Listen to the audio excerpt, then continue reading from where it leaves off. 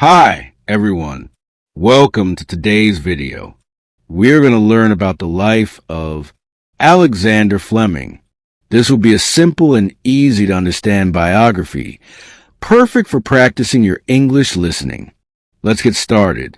Every blade of grass is a study, and to produce two, whether it was one, is both a profit and a pleasure. Alexander Fleming thought, nature makes penicillin. I just found it. Sir Alexander Fleming was a Scottish biologist and pharmacologist. Fleming published many articles on bacteriology, immunology, and chemotherapy. His best-known achievements are the discovery of the enzyme Lysozyme in 1922 and isolation of the antibiotic substance penicillin from the fungus Penicillium notatum in 1928. For which he shared a Nobel Prize with Florey and Chain. On a farm in Scotland on August 6, 1881, an amazing person was born. This person was Alexander Fleming. He attended Loudonmoor School, Darvel School, and Kilmarnock Academy, before moving to London where he attended the Polytechnic.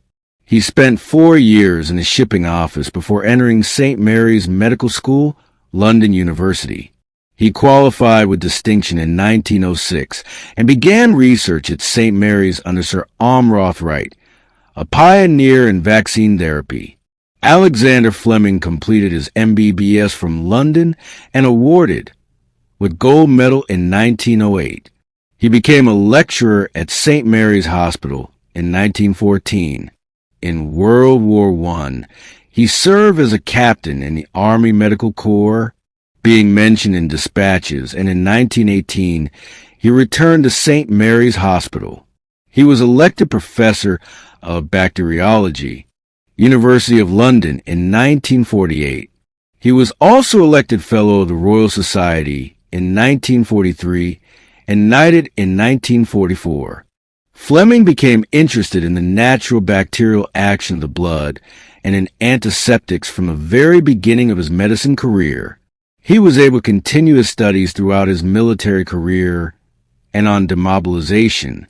He settled to work on antibacterial substances which would not be toxic to animal tissues.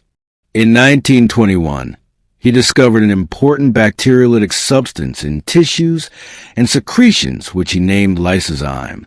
About this time, he devised sensitivity titration methods and assays in human blood and other body fluids, which he subsequently used for the titration of penicillin.